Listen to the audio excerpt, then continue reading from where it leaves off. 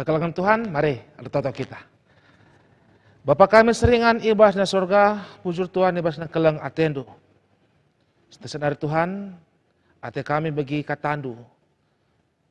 Jadi kadang katandu Bapa gagah ibas kami, guna baci erdal di tengah-tengah dunia dah baba terang do. Ibas gelar Tuhan kami Yesus Kristus, artoto kami. Amin. Kekalangan Tuhan, kekalangan di bata, kata di bata si jadi palas renungan ta. Wari enda ibu buat ibas kitab Heber 10 ayat 24. Bagi kesaksian pustaka Sibadia karena kata dengan karya di batata. Heber 10 ayat 24. Marilah kita si sampak-sampatan gelah keke ukurta guna nahkan kekelang ate ras dalankan si mahuli. Kekalangan Tuhan, kekalangan di bata, kita hidup di zaman di mana semua orang berpikir tentang dirinya. Bahkan mereka menjadi homo lupus, serigala bagi manusia yang lain. Kita hidup di zaman di mana orang lain bukan subjek, tapi objek bagi kita. Untuk keuntungan atau kepentingan pribadi kita. Heber 10 ayat 24 mengingatkan kita ulihi bahwa identitas anak Tuhan, identitas warga kerajaan sorga, bukan selalu berpikir tentang dirinya, tapi bagaimana dia boleh menghadirkan keadaan kerajaan Allah di tengah-tengah dunia. Di mana semua orang boleh mengalami dan merasakan aletheia, didaksone, dan agape. Kebenaran, keadilan, dan kasih. Kekalangan Tuhan, kekalangan di bata, itu identitas seorang Kristen. Dia mengada bersama manusia lain. Dia hidup dan berpikir untuk kesejahteraan manusia lain. Mari sebagai anak-anak Tuhan, hiduplah seperti apa yang Tuhan inginkan. Menjadi penyebar kasih. Menjadi virus-virus kebaikan yang membuat orang semua terjangkit akan kebaikannya. Komunitas yang baik menghasilkan individu yang baik. Individu yang baik adalah kumpulan dari komunitas yang baik. Menjadi peduli adalah karakter orang Kristen. Menjadi baik, menjadi pembawa damai adalah karakter utama semua orang yang telah mengaku Tuhan Yesus adalah Tuhannya. Selamat menjadi orang baik. Selamat menjadi orang yang peduli. Selamat menjadi warta kasih Tuhan kepada siapapun. Amin. Mari ertoto kita. Bapa kami seringan ibasna surga. Bujur Tuhan guna keselamatan senggo alokan kami. Bujur Tuhan guna damai sejahtera si enggo igecapkan kami bas kekeluhan kami. Tuhan pagagahi kami, maka damai sejahtera adalah terjeng tading ibas kami, tapi baci ibaba kami ku jelma senterem, jangan jelma senterem baci gejapkan damai sejahtera eda arkelangkan kami Tuhan. Sampati kami anak-anak doenda untuk tidak menjadi serigala bagi temanna manusia sedeban. Ibas gelar Tuhan kami Yesus Kristus, artoto kami. Amin.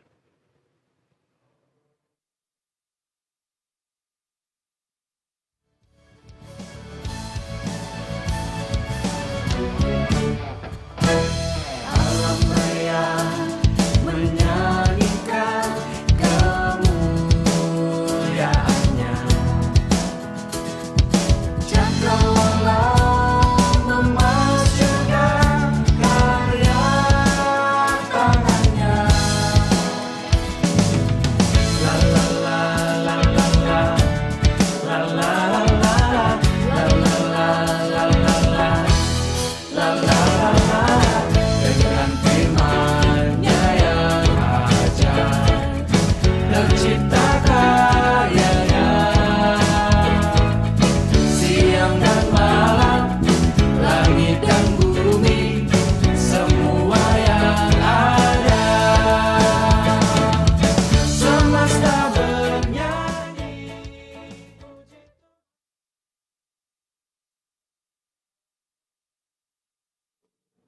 Mazua-zua salam sejahtera man banta kena kekalangan Tuhan, ngawan GBKP Ijab Peringa ras krina teman-teman kami, masyarakat umum yang menonton acara podcast ini.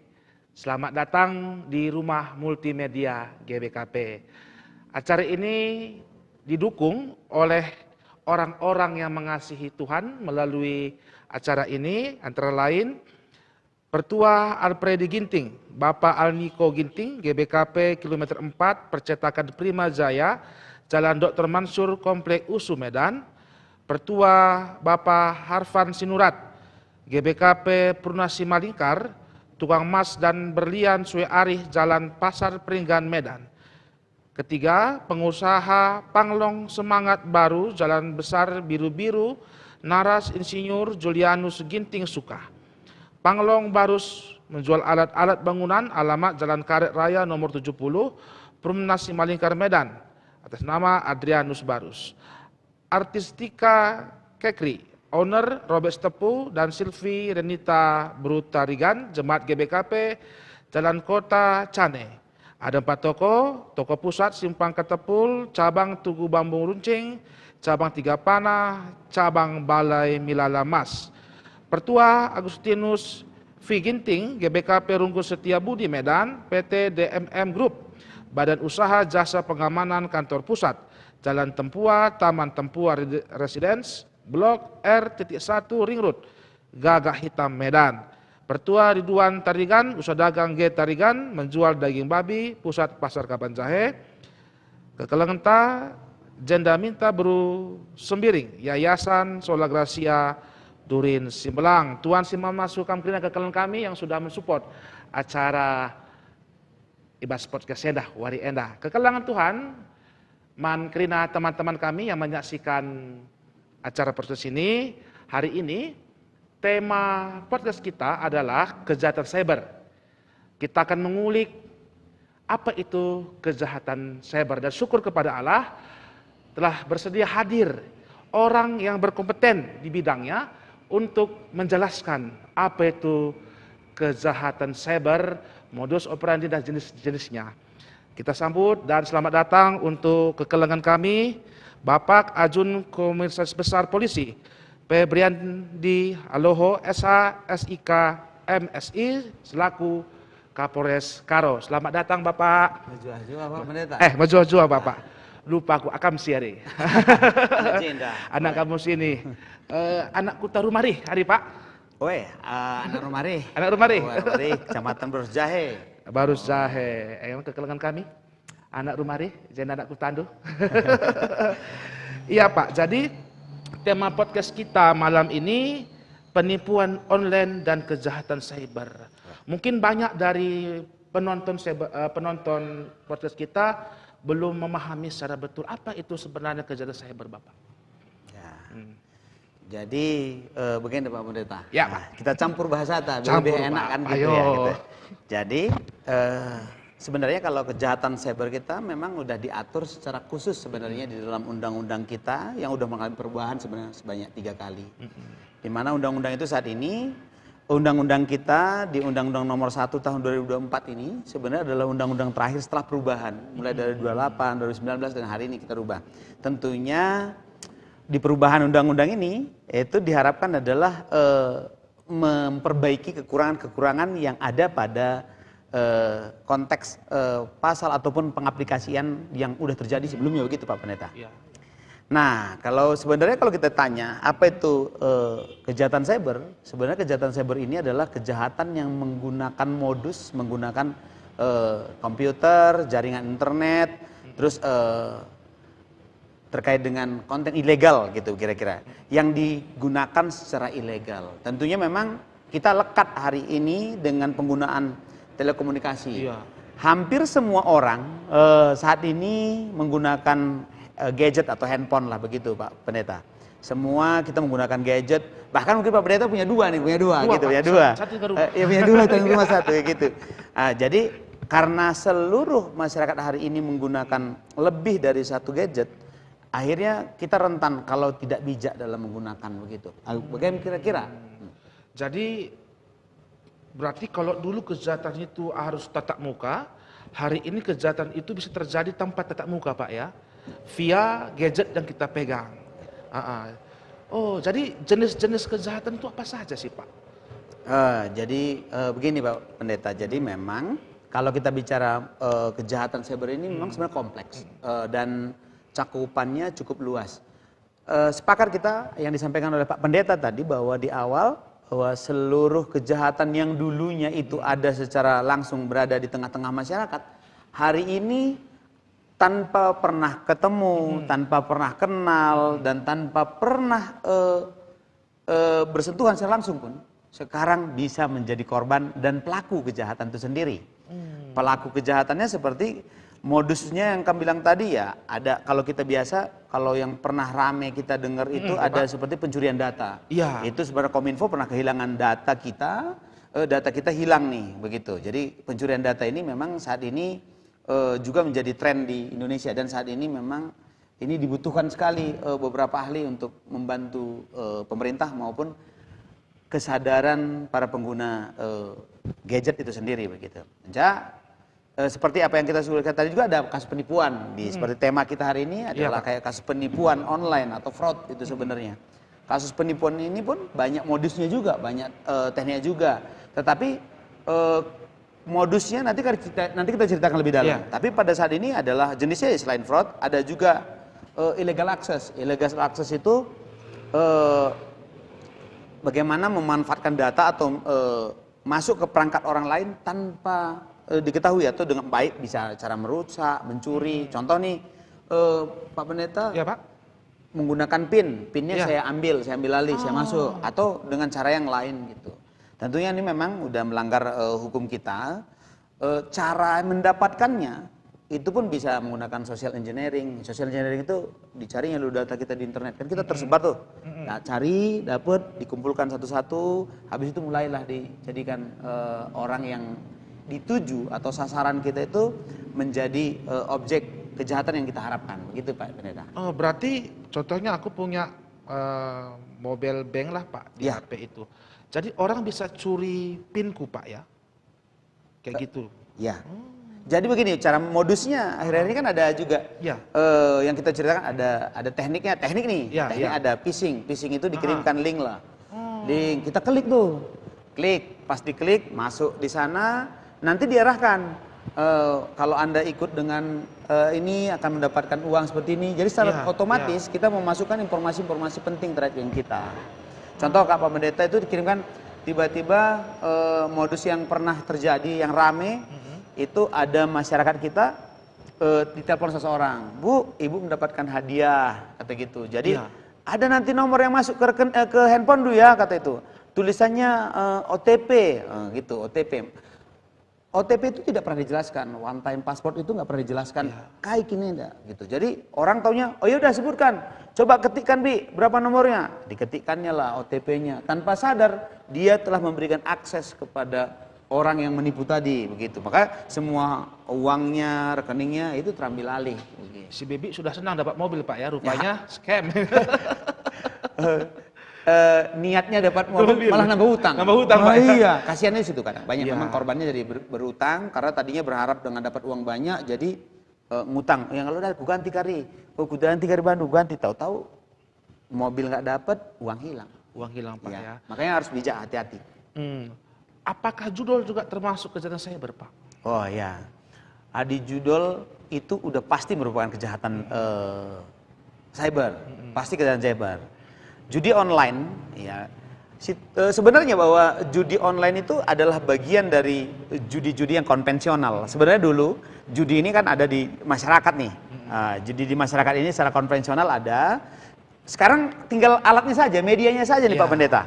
Jadi yang tadinya di dunia nyata tiba-tiba didorong menjadi sebuah digitalisasi begitu. Jadi dampaknya sebenarnya memperluas pengguna pemanfaat judi ini itu aja. Ya memang di negara kita dilarang penggunaan judi itu. Nah kebetulan Indonesia saat ini kalau kita lihat dari posisi negara Indonesia secara geografis, Indonesia itu terletak di beberapa daerah atau dikelilingi oleh negara-negara memang diizinkan itu. Malaysia itu ada tempatnya dibuat di Singapura, Filipina, Myanmar, Australia. Jadi kita dikelilingi negara-negara memang Yang melegalkan judol, melegalkan judol. Begitu Pak Pendeta. Jadi di saat judol ini dikelilingi, kamar maklum lah kalau ladang kita semua dikelilingi banyak penyakit, ya harimau tanda lapik, sakit, Sakit kang Pak? masuk ke Ayo. penyakit dan nipe-nipe. Jadi tinggal sekarang bagaimana masyarakat itu bijak dalam menggunakan media sosial, sekaligus melihat bahwa tidak ada satu orang pun yang bisa kaya raya karena judi online. Judi online ini tidak membuat orang kaya. Niatnya adalah ingin kaya, dapat uang cepat gitu. Tidak ada orang yang mendapatkan uang cepat kecuali berusaha Pak Pendeta. Ayo. Nah, jadi adik aku sungkundu, judi ini gimana? Kembali ada dua hal yang penting. Kembali yang pertama kesadaran kita sebagai masyarakat, yang kedua itu adalah penegakan hukum. Penegakan hukum ini hampir tidak banyak membawa dampak. Yang membawa dampak penting menurut kami adalah bagaimana kesadaran masyarakat ini bahwa merasa bahwa judi ini adalah musuh kita. Iya. Nah, kari siti likurbekan kari Bandu bahwa judi, aku memang lihat beberapa anekdot ibas kutata. Iya, Pak. Nah, aku masuk ke Tanah Karo, bahasa Karo aku mungkin lebih paham ya. Masuk Karo, kalau judi di Tanah Karo biasa. Iya. Judi di Tanah Karo itu budaya gitu. Aku salah satu orang yang protes terhadap judi dianggap sebagai sebuah budaya orang Karo. Sikut teh nini bulang ta sada pelalit mengatakan bahwa judi enda adalah bagian kalak Karo. Iya. Jadi sikut teh budaya kalak Karo adalah gontoroyong. Ada gontoroyong barenda katakan aron. Iya. Aron enda adalah budaya gontoroyong bas kutata si sampat-sampatan. Iya. Yang kedua budaya ta si keleng-kelengan kita. Adi judi ini kan aku pengen cari data ilmiah sing ngatakan kayak makan alit judi seolah-olah budaya kutata. Adi judi tokoh-tokohan Pak. Tokoh-tokohannya gitu pas mereka. Jadi maksudku bagaimana? Perban sadang arih karena masalah judi, labo dor Pak polisi ngenca pagi menyelesaikan enda. Mulai ikutan hari, mulai masyarakat masuk ke pemerintah kuta, perangkat-perangkat kuta ikut kerina kita jaga sa. Adi judi online dan dulu trida, pasien konta. Tapi kalau kita masuk ke dalam judi konvensional, kelihatan di masyarakat. Iya. Makanya mari kita sama-sama menjaga.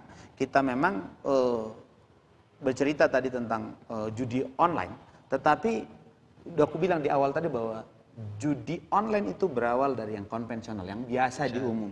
Nah, kita mulai bilang kami kalak Karo lalit budaya kami judi. Judi ya, deh. Ya. Jadi Pak, di konvensional kan Pak pelaku judi dan bandar sama-sama tersangka. Adi bas judulnya ada contohnya, akulah di HP ku judul, main aku judi online bahasa HP ku bagai. Apakah aku termasuk tersangka ya Pak? Sebenarnya kalau dari undang-undang kita, ya dua-duanya kena sebenarnya. Kena ya? Iya kena sebenarnya. Cuma kadang-kadang dari pihak polisian lebih fokus kepada penyedia sarana, fasilitas, atau bahasa kita lebih umum bandar ya. Bandar, gitu, iya. lebih bandar. Kenapa kita lebih fokus ke bandar kadang-kadang? Karena kita menganggap bahwa bandar itulah yang menciptakan. Padahal sebenarnya kalau dari saya bilang, lo bandarnya adalah kita, singgit make. Jadi sebenarnya kembali kesadaran kita lah. Kalau kita tangkapin pun itu memang akan terkurangi, tapi tidak akan signifikan. Iya. Berarti memang selain ketertiban umum, kesadaran moral juga harus ada Pak ya. Maka judi enda bukan budaya, mau judi konvensional maupun judi online. Cenah ada beberapa sekilas, karena Bapak Kapolres kita juga sosok yang ikut terlibat dalam membentuk KUHP yang baru Pak ya. Weh. Jadi kuakap Bapak lebih dalam tahu masalah barang ini Pak. Saya belajar nih Pak. Belajar ya Pak ya. Ya belajar. Kita. Jadi ada Bapak sekilas jenis-jenisnya ada scam, phishing. Mungkin boleh jelas ke Pak, kalau kejahatan cyber scam itu apa saja sih Pak? Oh ya, sebenarnya scam di kita itu scam penipuan scam enda cenderung seperti ini ya. Biasanya itu banyak jenisnya. Ada love scam. Love scam itu dia sengaja bujuk rayu dia. Banyak bukan hanya masyarakat umum yang kena, pendeta pun ada kena. Iya, Gitu. iya. Jadi mohon maaf ya, jangan nanti kita ngerasa oh aku bebas, enggak. Di kantor kami kebetulan kami cerita sedikit bahwa saya pernah tugas di Direktorat Cyber Mabes Polri. Iya. Mungkin aku beruntung sempat dilibatkan dalam penyusunan beberapa undang-undang termasuk perubahan undang-undang ITE. Aku dilibatkan perubahannya. Memang tidak bisa sempurna undang-undang kita buat. Harus kita memang kita lihat kekurangan yang kemarin kita perbaiki. Memang akhir-akhir ini setelah ada perubahan, isu terkait dengan undang-undang ITE ini tidak semarak dulu. Udah banyak perubahan. Nah, kembali kita cerita bahwa di dalam jawab pertanyaan Pak Pendeta tadi, scam ini sebenarnya modusnya banyak dia. Ada scam itu karena dipakai cinta, ada iming-iming keuntungan, ada iming-iming bonus, banyak lah. Contoh kasus pendeta ini kayaknya enak diulik itu, pendeta. Pak. Karena menurut saya jangan berpikir oh saya aman. Iya. Saya polisi, saya Iya. mungkin di cyber saya ngerasa aman. Enggak, pendeta. Iya. Pak Pendeta suatu saat ada yang pastor pun ada. Iya. Datang Oknum lah ya. Oknum, kita Iya. anggap oknum lah. Artinya Oknum lah ya. pendeta dan pastor itu manusia. Iya. Mereka punya sisi manusia yang kadang mereka salah juga dalam penggunaan gadget ini. Iya. Jadi tiba-tiba mereka mungkin ada orang sengaja mencari data terkait dengan pendeta ini, dilihatnya, wah Pak Pendeta ini kebiasaan sehari-harinya apa. Setelah itu dilihatnya mungkin bujang kan, wah masih bujang nih belum kawin nih. Iya. Nah, mulailah dicoba untuk dirayu, di mana yang rayu nanti fotonya foto yang cantik pula, Cantik lah ya. gitu ya, karena kamu sembiring mungkin beruginting cantik kali kan. Kebetulan Nora beruginting, Pak. Iya kita coba. Beruginting cantik kali pula kan kita datang. Dilihatnya kan, padahal profil, foto itu tidaklah orang yang sama. Mungkin laki-laki juga di sana. Laki-laki. Jadi pelaku ini cenderung tidak menggunakan data tunggal. Bahasa kita adalah pelaku pada umumnya menggunakan data-data palsu, anonimus. Nggak jelas siapa gitu kan. Nanti setelah diajak pacaran dimintain uang, dikirim. Mohon maaf, bahkan ada kadang video-video atau foto-foto yang tidak pantas atau senonoh dikirimkan. Itulah alat mengancam. Oh, kau kemarin udah kau kirimkan ini, kau sebarkan ini gitu. Jadi tetaplah berhati-hati bahwa segala ranah pribadi itu jangan disebarkan, dijaga gitu. Modusnya pernah juga pejabat di negeri ini kita tolong, ada yang saya bilang tadi kan. Iya. Karena memang ada sisi manusianya mereka, sisi manusia di mana kita ini kadang-kadang jenuh lihat ada yang kita lihat menarik, kita ajak ngobrol, terus nyambung, akhirnya salah gitu. Iya.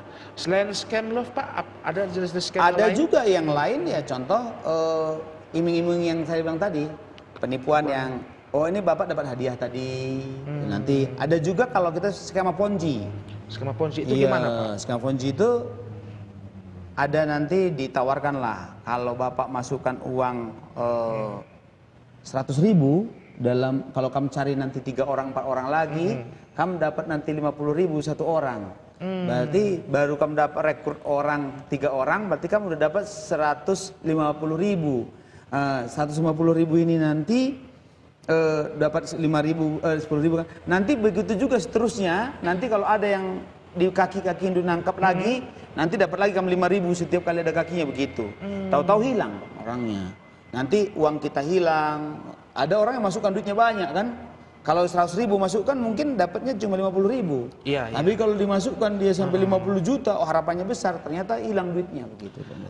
Tahun-tahun terakhir ini, Pak, yang paling common, yang paling umum masyarakat kita jadi korban scam ini apa aja, Pak? Biar nanti penonton bisa tahu, oh ini scam ini ya kan. Siapa tahu ada yang telepon tiba-tiba cantik, apalagi AI sekarang kan, Pak. Ya, betul. AI, oh ini nggak benar gitu. Yang common itu apa aja, Pak, scam? Scam sebenarnya lebih cenderung memang love scam, scam, ya paling banyak di sini, karena memang gini, mereka memanfaatkan kelemahan kita laki-laki ini kan suka yang cantik-cantik kan, lihat cantik mau diajak komunikasi, setelah itu dibuatnya lah Facebook. Makanya kalau kamu punya Facebook, Instagram begitu, manfaatkan untuk hal-hal lebih positif sebenarnya. Karena memang kadang-kadang di saat orang lihat di sana, dia tahu bahwa ini cocok, ini jadi sasaran ini gitu.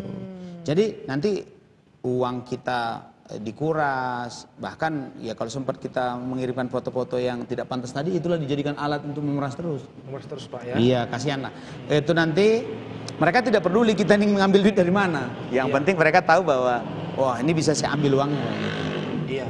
Oke. Oh, phishing Pak. Oh, Bapak juga phishing. ada teringat phishing. Oke. Phishing adalah salah satu modus sebenarnya, modus untuk mencari mangsanya. Phishing itu begini, yang saya bilang tadi awal tadi, kirimkan link, terus kirimkan OTP tadi, minta OTP. Bahkan sekarang yang lagi rame sekarang itu salah satunya menggunakan aplikasi APK. Mungkin kamu pernah dengar, dikirimkan undangan. Undangan. Nanti itu APK itu aplikasi sebenarnya. Jadi dikirimkannya aplikasi pada saat kita klik, dia langsung menguasai handphone kita atau mirroring kan. Nah di sana nanti apapun kegiatan yang ada di handphone kita dia juga bisa akses. Iya. Nah gitu kan Mas Sadar. Jadi pesanku satu, jangan sampai kita menggunakan bijak menggunakan. Jadi ada link-link itu, udah buka kapan saja, buka. Coba teliti lebih sebelum buka. Contoh aku kirimkan link manbantu Pak Pendeta, aku kirimkan. Ulah klik dulu langsung begitu, tapi nanti kaikin tujuannya. Banyak orang klik aja nih, bahkan buka web, klik, tahu-tahu masuk terjerumus ke sana gitu. Itu modusnya phishing tadi. Cara untuk mengetahui Pak APK yang masuk itu sebenarnya phishing, kan sekarang anak gadget ini kan undangannya cetak Pak. Nah iya betul. Dia kirim undangan online gitu kan. Takut nanti kan permatuk yang kirim kan nggak buka-buka. Phishing ini kan rupanya. Betul. Gimana Pak?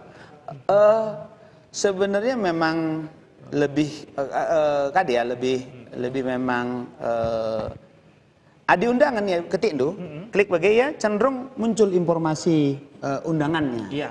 Undangan nikahan begitu. Iya. Tapi kalau phishing nanti harus klik 2 kali dia. Klik gitu nanti ada perintah baru iakan lagi. Jadi dia tidak informasi undangannya berikan tapi dia hanya masuk seolah-olah dia error, kita klik lagi masuk gitu. Iya. Oke. Ini adalah modusnya. Jadi memang kalau kamu udah masuk ke sana ya ada upaya cegah yang penting itu. Gimana proses pencegahannya Pak? Pencegahannya. Pertama kamu terlanjur seandainya udah klik nih, klik gitu. Kalau kamu biasanya secara otomatis handphone kita kayak apa ya, maksudnya diambil alih lah. Diambil alih itu jadi kita nggak bisa ngontrol, orang lain ngontrol begitu, diambil. Bahkan nanti biasa sasarannya ke nomor-nomor rekening kita. Nah gitu. Jadi caranya pada saat kamu lihat pertama begini, kamu merasa memang ini udah diambil oleh orang, matikan dulu internetnya. Kamu kan bisa tuh matikan internetnya. Jangan saat tersambung dulu beku. Mode plan. Mode plan lebih. Tak oke. Setelah kamu mode plan, kamu masuk ke pengaturan di handphone, ada aplikasi di sana. Aplikasi, kelola aplikasi. Di kelola aplikasi itu, lihat di sana ada nggak aplikasi yang mencurigakan. Salah satunya tadi situ dibuatnya lah aplikasi mencurigakan itu yang APK. APK tadi undangan atau paket atau apa gitu. Kalau dia undangan resmi, dia tidak mungkin ke aplikasi larinya. Oh iya. Iya, dia pasti bentuknya foto. Video. Iya betul. Nah begitu. Iya. Makanya kalau kita masuk gitu, sebenarnya di saat kita lihat aplikasi gitu, lihat aja di belakangnya. Biasanya itu apa? Undangan titik APK itu ciri-ciri umum bahwa aplikasi undangan yang dikirimkan ini adalah modus untuk melakukan penipuan ini, phishing sebenarnya itu. Pak, ya? Iya. Tapi kalau dia di dalam belakangnya ada kayak JPG, berarti foto.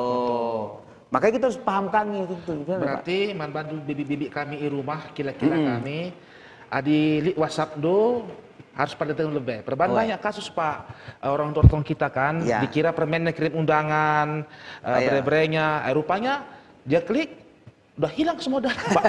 Hilang uangnya. Hilang uangnya. Jadi seperti kata Bapak Kapolres tadi, harus menggeremat kita. Tadi Bapak Kapolres sudah menjelaskan kepada kita bagaimana ciri-ciri atau modusnya. Kalau dia masuk ke WA, kalau ada titik APK di dalam itu wajib dicurigai Pak ya. Ya. Ada lagi nggak Pak modus yang lain di phishing ini Pak? Sebenarnya modusnya banyak kali Banyak, Pak. Pak, ya? Banyak. Karena kan memang gini, dunia digital itu merupakan representatif dari dunia nyata kan sebenarnya. Iya, betul. Jadi apa yang terjadi di dunia nyata itu juga terjadi di dunia maya. Nah, begitu. Sebagai contoh, orang berbisnis bisa kaya raya ya di dunia nyata, jualan di dunia digital pun jualan juga kan gitu. Ya banyak kan ya seperti Shopee Ya, resmi yang kita bicara resmi kan. Iya, Jadi modusnya banyak, mulai dari modusnya iming-iming lebih gampang. Wah, pengen untung besar segera gitu kan.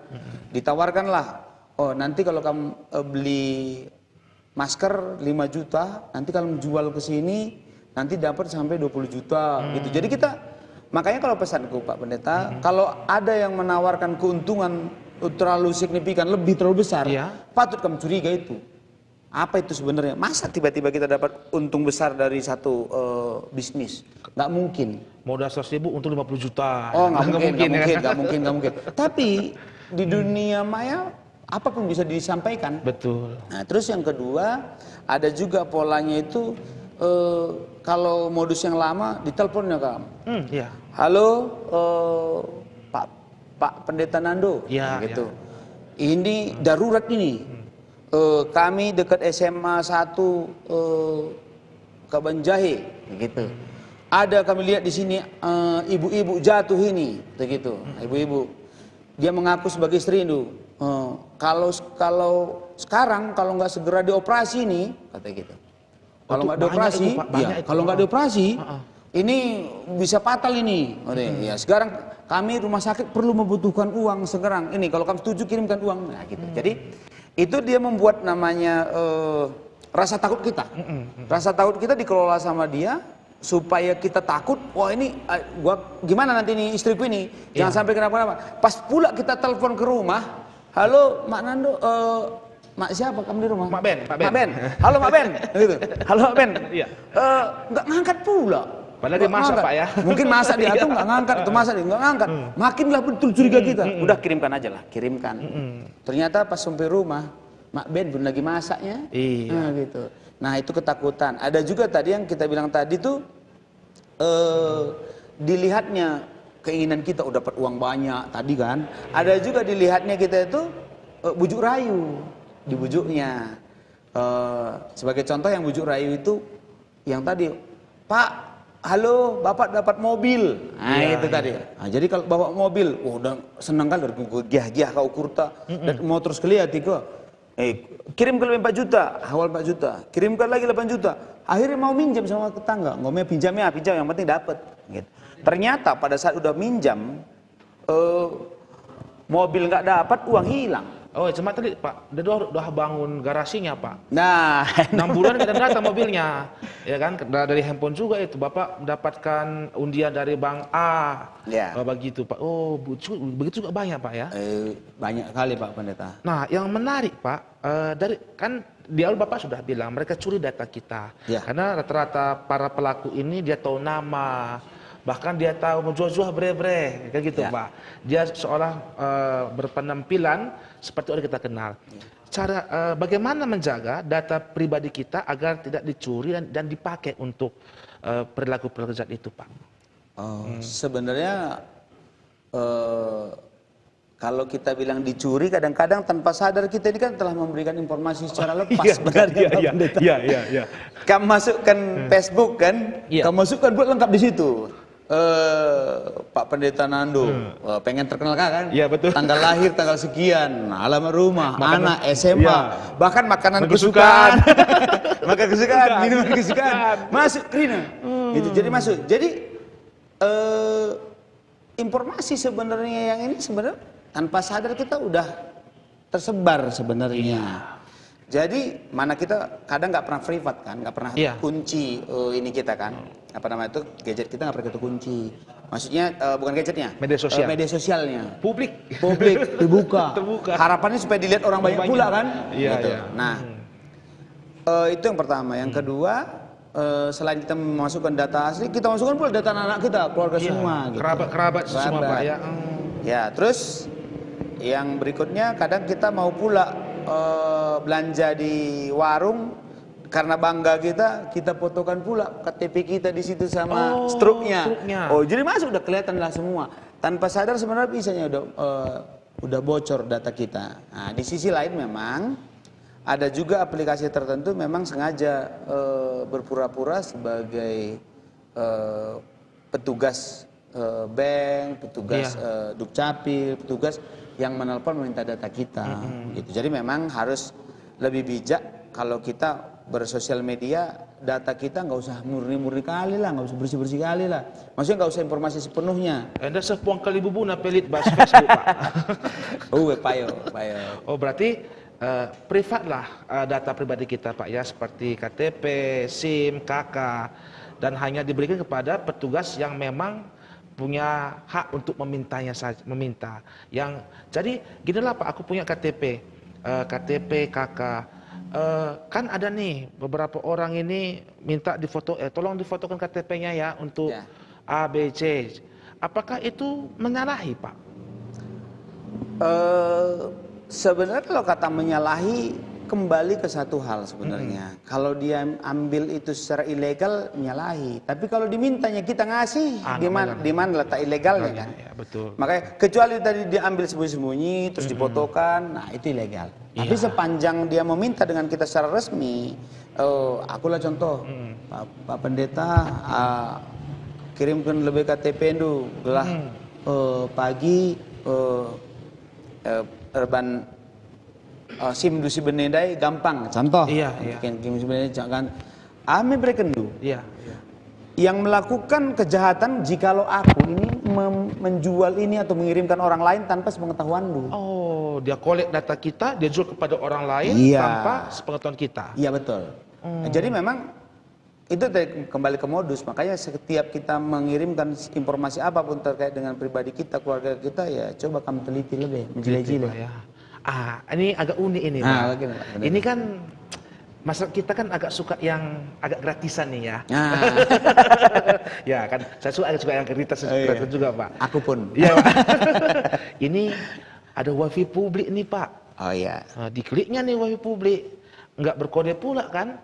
Itu apakah itu juga bisa orang hack handphone kita, gadget kita Pak, melalui wifi publik yang kita nggak tahu punya siapa, kita masuk sembarang. Sangat bisa Pak Pendeta. Jadi sebenarnya memang kalau kita keluar negeri kan memang banyak ini ya, wifi publik ya, di bandara dan gitu kan. Memang kita pun kadang gratisan ini gampang kali kan, mainkan lebih gitu. Jadi memang kalau saya sih kalau bisa, tetaplah memang pada posisinya bahwa kamu harus berhati-hati pada wifi publik yang kamu mau pakai. Kalau kamu masuk ke kafe, yakinkan lebih bahwa Anda adalah wifi resmi dari dari kafenya. Sungkun, tanyakan kembali, ini wifi kalian, ini kenapa nggak dikunci? Nah, kalau dikunci apa passwordnya? Pastikan dulu. Setelah kamu pastikan, baru yakin kamu berselancar di sana. Tapi kalau memang bisa, ya beli paket lah. Lah nuker paket kita ya. Nuker paket kamu Pak Pendeta, daripada kari bocor data. Benegasen call kari bas rekening Pak. Wala sana dai ngurusan 6 bulan. Udah kamu rani call dai masuk bank, wifi publik sore gratis. Benegasen dai. Oke, menarik Pak. Ya menarik, ini banyak informasi yang mungkin baru tahu jemaat kita atau masyarakat, sehingga bisa dihindari kejadian ini. Oke Pak, kita lompat Pak ya, karena menarik bahasannya nih Pak. Kalau sudah terjadilah kepada kita Pak, kita menjadi korban scam, apalagi scam love ini Pak, karena kan terkadang malu Pak. Betul, malu. Betul. Akhirnya dikuras, bangkrut kita, atau jadi korban phishing. Sudah terlanjur jadi korban ini Pak, apa yang bisa kami lakukan Pak? Sebenarnya kalau kita bicara yang legal ya, yang jelas gitu, biasanya selain kita ke kantor polisi terdekat, sebenarnya kalau secara online pun kita punya portal pengaduan sebenarnya. Kalau kita lihat, kalau di kita itu adanya portal patroli cyber di Bareskrim. Kamu ketika aja situ ada juga portalnya. Terus kalau enggak, kalau yang milik Kominfo kita punya juga namanya aduan konten ID, itu milik Kominfo. Itu pun bisa laporkan di sana. Itu aplikasi atau di web, Pak? Itu web. Web ya? Web. Pada umumnya web, lebih gampang. Kamu ketik aja nanti situ mungkin terus atau lapor Dirgo.id terkait dengan layanan publik kan ini. Jadi laporan itu memang dibuat portalnya supaya laporan-laporan itu nanti dikelola, informasinya bisa dipanggil atau dikelola nanti supaya laporan kami itu bisa juga diketahui orang lain supaya modusnya sama dan diproses. Tapi lebih cepat sebenarnya kalau kita datang secara langsung ke kantor polisi terdekat sebenarnya. Tapi sebelum ke sana, kamu harus ngambil langkah-langkah nih Pak Pendeta. Apalagi langkah-langkahnya Pak? Langkah pertama, amankan dulu gadget kita yang menurut kita udah kena ini. Contoh, app yang mana yang kamu mau kita ilustrasikan? Yang mana nih? Scam love dulu Pak. Love scam. Love scam ini biasanya prosesnya cukup panjang Pak Pendeta. Dia nggak bisa hari ini langsung kena, panjang dia. Bahkan malu pun kadang-kadang melapor. Aduh, malu nanti ketahuan. Sebenarnya kalau udah kena, nggak bisa lagi bercerita malu. Iya. Toh juga ini telah menjadi masalah nih kan gitu. Yang pertama, kalau takut ketahuan istrinya atau keluarga, datanglah ke kantor polisi.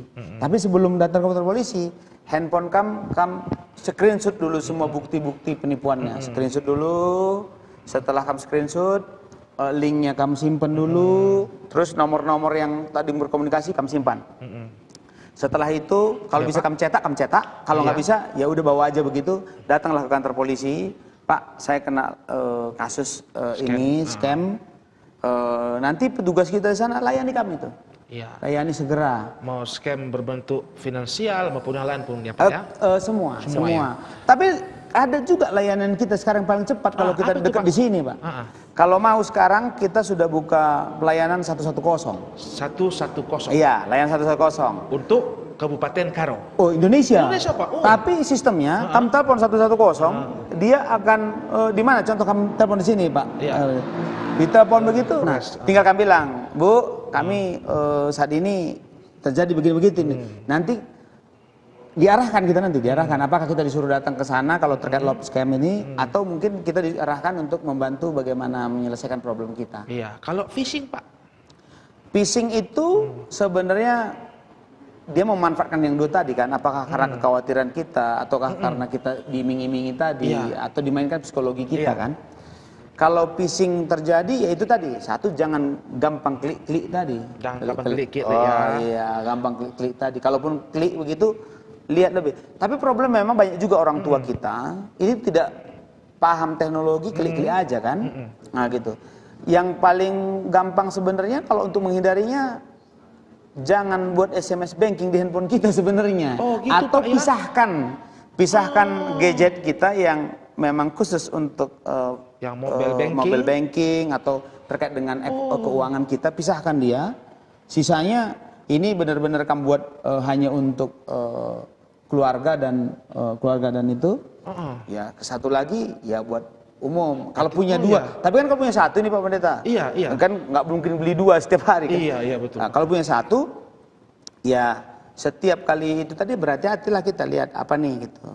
Terus paspor ini kita, paspor mobil banking kita diverifikasi 2 langkah. Verifikasi 2 langkah supaya di saat orang itu mau coba masuk harus dia minta izin ke kita. Berarti saya ini hampir korban juga Pak, karena satu semua adalah Pak. Tapi memang ada beberapa jenis handphone yang lebih aman menurutku sebenarnya. Tapi agak promosi nih Pak. Betul. Lebih aman. Sebenarnya lebih aman itu kalau kamu menggunakan memang untuk handphone iPhone sebenarnya. Mohon maaf ini bukan promosi ya. Kebetulan. Kenapa lebih aman? Mereka karena sistem aplikasinya kan dia sendiri ya. Betul. Jadi kalau kita klik aplikasi itu dia tidak selalu langsung tidak langsung di download atau di install gitu. Kalau handphone Android cenderung lebih cuma harganya juga. Orang tua kita nggak suka pula gunakan itu kan. Agak rumit Pak. Rumit berbayar. Iya. Memang pas kata Daya, digunakan yang berbayar suka gratisan. Iya. Itu makanya saya suka pakai Android juga di rumah Pak, karena gratis semua. Berarti Kalau ini kan iya, bayar semua kan? Bayar semua. Berarti even HP kita Android harus hati-hati. Ya. Tidak semua link yang masuk harus langsung diklik. Harus kita verifikasi. Betul nggak nih? Tadi Bapak Kapolres sudah menunjukkan beberapa ciri-cirinya. Apalagi kita kalau karo emang kita meriah siakap dah kerja-kerja makanya kada kalau kita siakap karya endak undangan maka harus hati-hati. Oke Bapak, menarik ini Bapak. Tanah Karo Pak. Ya kan ini kebetulan kita di Tanah Karo ini umum aja Pak ya, umum aja. Yang paling sering menjadi korban masyarakat Karo itu jenis yang mana Pak? Situhuna kalau karo enda siru-suruna kelapor ku kantor ta bukan masalah kena tipu. Jadi Pak? Biasanya paling banyak malahan pencemaran nama baik. Itu juga masuk ke catatan saya Bapak? Iya, kalau lewat handphone kan. Lewat handphone, betul, iya. betul. Jadi memang problem kita paling banyak kalau sepanjang saya di sini kurang lebih 4 bulan saya di sini Pak Pendeta, laporan terkait dengan pencemaran nama baik, berita bohong, itu cukup banyak ya di lingkup Tanah Karo. Memang problemnya adalah orang sekarang lebih mudah memberikan atau menyampaikan berita-berita yang tidak sesuai begitu. Iya. Memang sebagai contoh fitnah, ya berkelahi tadi langsung penghinaan kan, penghinaan, penistaan masuk. Begitu. Paling banyak itu sebenarnya yang terjadi di tempat kita. Makanya mungkin dari Pak Pendeta ya banci katakan sejajar-jajaran supaya apa ya gimana berdamai itu susah sekali orang Karo ini kalau tersinggung sedikit bisa gunakan gadgetnya tiba-tiba untuk menghina nanti lapor ke kita gitu. Iya. Jadi kuakap perlu si pebagasian ya. Oh banci. Jadi biar nanti tidak miskonsepsi artinya bahwa kritik dan pencemaran nama baik itu dua hal yang berbeda. Iya. Ya.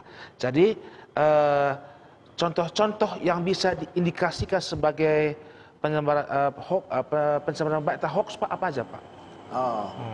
Jadi sepanjang informasi itu bisa diverifikasi Pak Pendeta, sebenarnya itu informasi berarti nggak bohong. Gitu.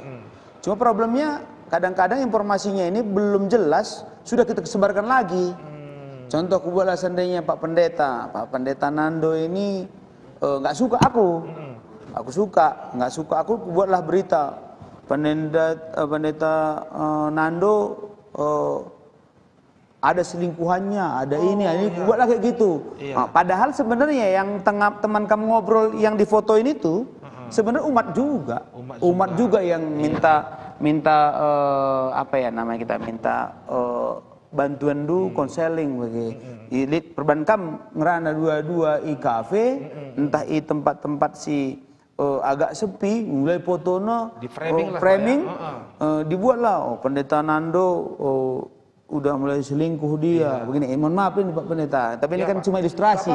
Soalnya ada ya, iya ilustrasi jadi jangan sampai nanti umat kita Pak Kapolres tuduhnya pula balik lagi aku kenal lagi gitu. Jadi ini contohnya kan gitu. Jadi orang kadang-kadang mendapat informasi tidak ditelitinya langsung disebarkan begitu aja. Sebelum itu terjadi, coba dicari dulu di platform-platform resmi. Contoh pemberitaan Tanah Karo, atau ada contohnya apa ya kayak kita sebutlah Brastagi, apa Tanah Karo Newsnya apa yang terkenal di sini, berita media cetaknya. Kalau itu pasti cenderung sudah diverifikasi, cenderung.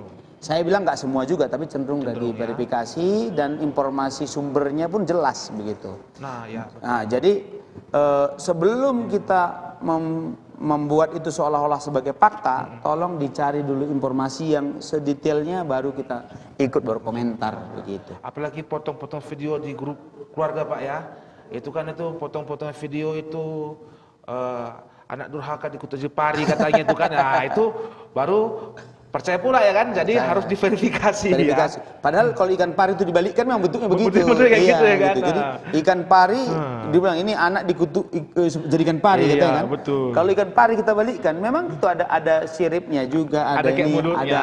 ada kayak mulutnya. memang. Itu dulu mama aku bikin itu tanda aku Pak. Durhaka kau, ya gini kau ya kan. Jadi semua berita harus diverifikasi. Verifikasi dulu. Nah, sedikit nih Pak. Ya. Termention sedikit nih. Contohnya nih, ada masuk ini rubahlah kalian darat. Weh. Berlanjut ke Facebook Pak. Ah, ya, Baru ya. ada pas tersinggung. Bikin lapor dia ke Polres. Nah, itu tindakan Polres bagaimana? Apakah Polres langsung melakukan penindakan atau ada mediasi-mediasi yang lain yang lebih diajukan oleh Polres? Di kami sebenarnya kan setiap hari ada laporan. Mungkin ada masyarakat Tiap hari, kita, Pak. iya. Mungkin tiap hari masyarakat kita juga banyak juga yang mungkin merasa lambat pekerjaan kami. Karena memang yang paling sulit sebenarnya di dalam informasi elektronik ini karena memang pengguna media sosial itu cenderung anonimus. Anonimus itu maksudnya tidak data yang resmi jelas. Contoh Pak Pendeta gitu, tiba-tiba aku bikin akun palsu. Akun palsu ini menghina kamu semua ini, menjelek-jelekkan semuanya, bahkan ada perbuatan fitnah di sana. Itu yang dilaporkan ke kami harus teliti ulang. Iya. Teliti ulang, cari dulu informasi sampai ketemu nih orangnya nih gitu, siapa pelakunya. Beda lagi kalau seandainya dia itu penipuan, kan mungkin ada data-data elektronik yang bisa kita verifikasi. Iya. Contoh nomor rekening, Iya. nomor KTP, banyak bisa diverifikasi. Kalau akun palsu susah kita, dan itu banyak juga lapor ke kita. Ada juga memang pelakunya jelas gitu, jelas. Yang pelakunya jelas biasanya setelah kita panggil kita ketemukan dulu berduanya. Kalau ya karena kita sebenarnya secara aturan ya kita sebutnya restoratif justice. Ya. Jadi di mana kita mediasi dulu para pihak di sini dengan harapan bahwa mereka bisa berdamai, menyelesaikan masalah tanpa harus melalui peradilan.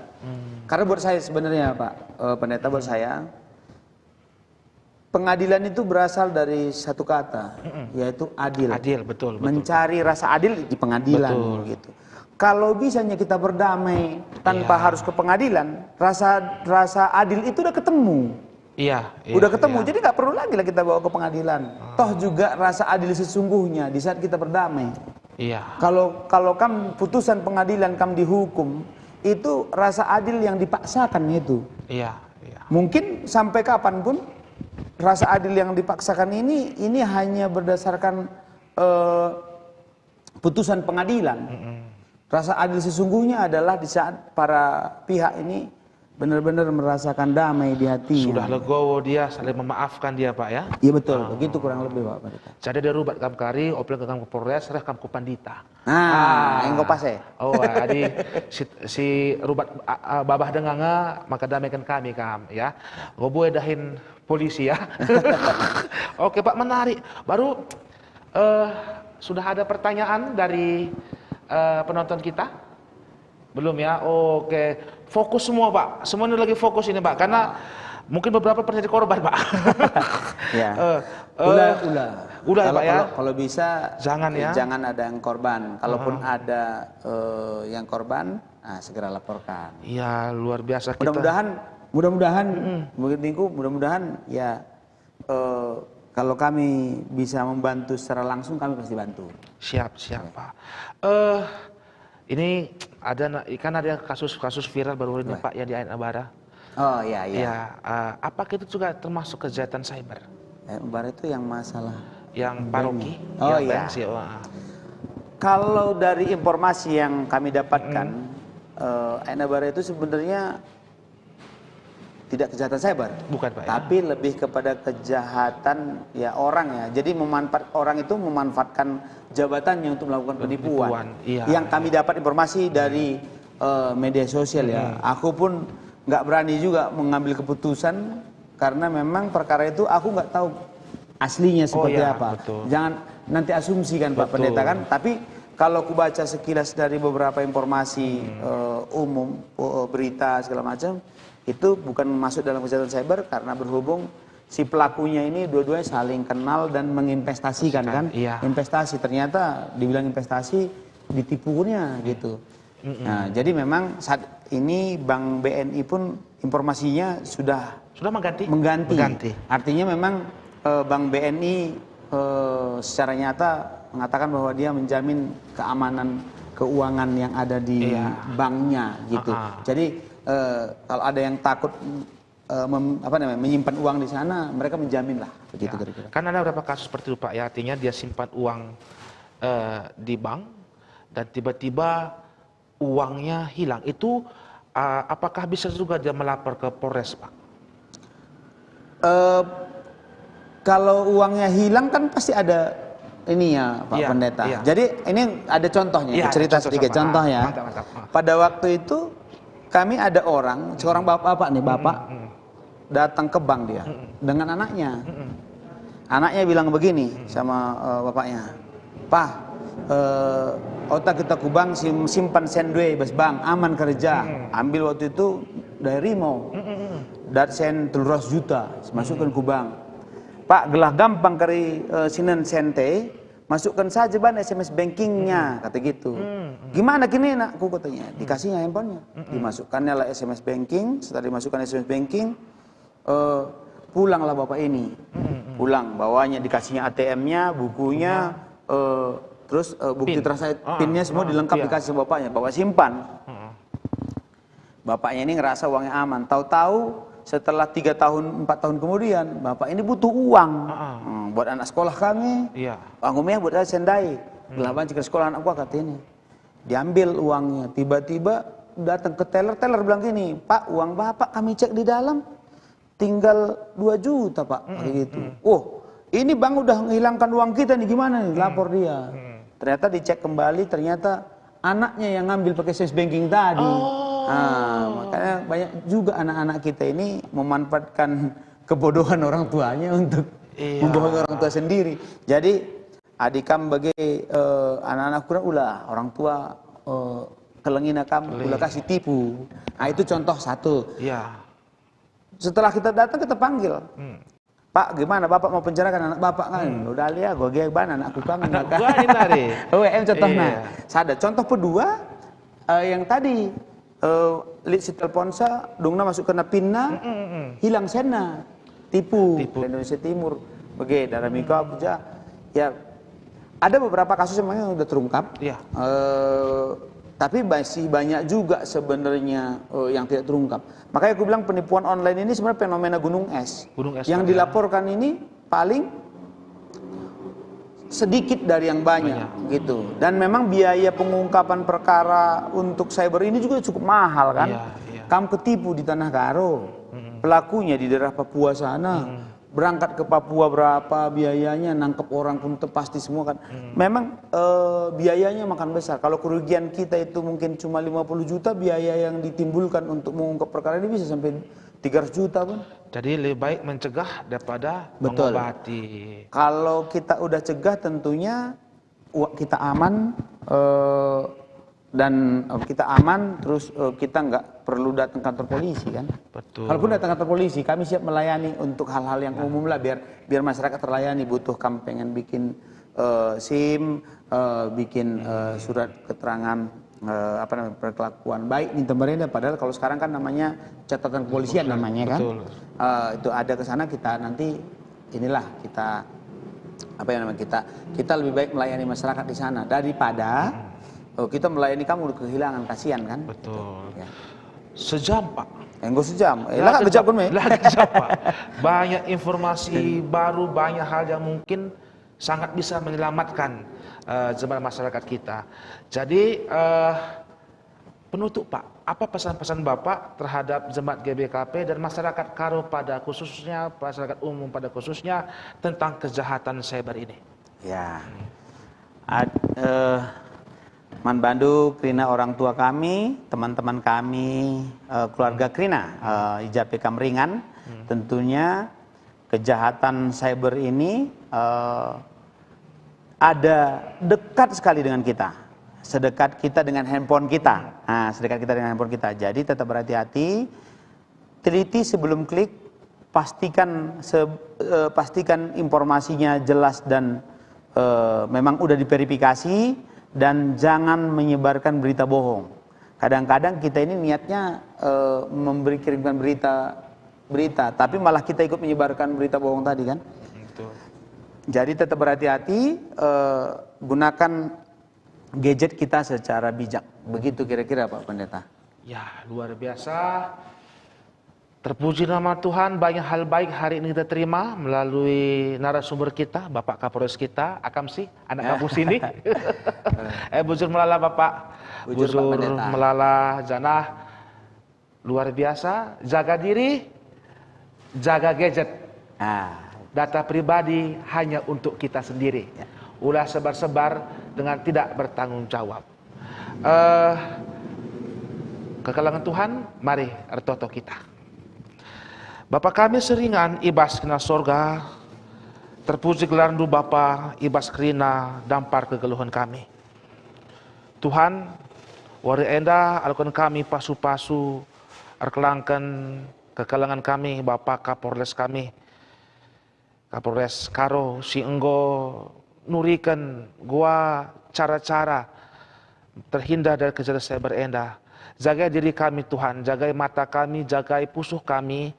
Maka ulamin kami menjadi korban dari kejahatan cyber enda.